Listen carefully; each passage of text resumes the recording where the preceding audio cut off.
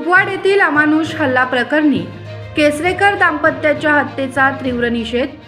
आरोपीला फाशीची शिक्षा देऊन खटला फास्ट ट्रॅक न्यायालयात चालवण्याची आमदार सुधीर गाडगीळ यांची ठाम मागणी.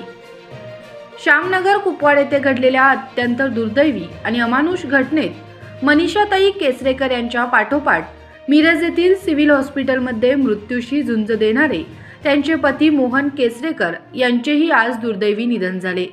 एकाच कुटुंबातील दोन व्यक्तींना अशा अत्यंत दुर्दैवी व निर्घृण पद्धतीने गमावण्याची ही घटना अत्यंत संतापजनक, वेदनादायी आणि मन सुन्न करणारी आहे.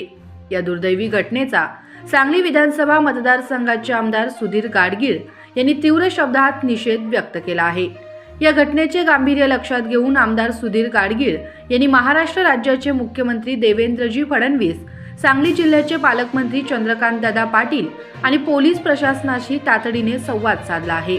आमदार सुधीर गाडगीळ यांनी प्रशासनाकडे या प्रकरणाची निपक्ष आणि सखोल चौकशी करून आरोपीवर कठोर कारवाई करावी व हा खटला तातडीने फास्ट ट्रॅक न्यायालयात चालविण्यात यावा. अमानुष कृत्यातील दोषी आरोपीला कायद्यानुसार फाशीची शिक्षा झाली पाहिजे अशी ठाम मागणी आमदार गाडगीळ.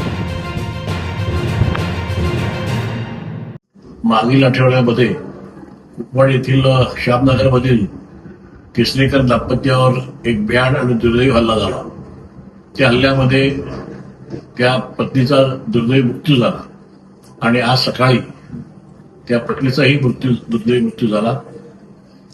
या मृत्यू झाल्यानंतर त्याच्यावर केस फाईल झाली आहे. त्या दरादाबाला अटकही झालेली आहे, परंतु त्याला फास्ट ट्रॅक कोर्टामध्ये त्याची केस चालवून त्याला फाशी शिक्षा मिळावीच यासाठी मी प्रयत्न करणार आहे.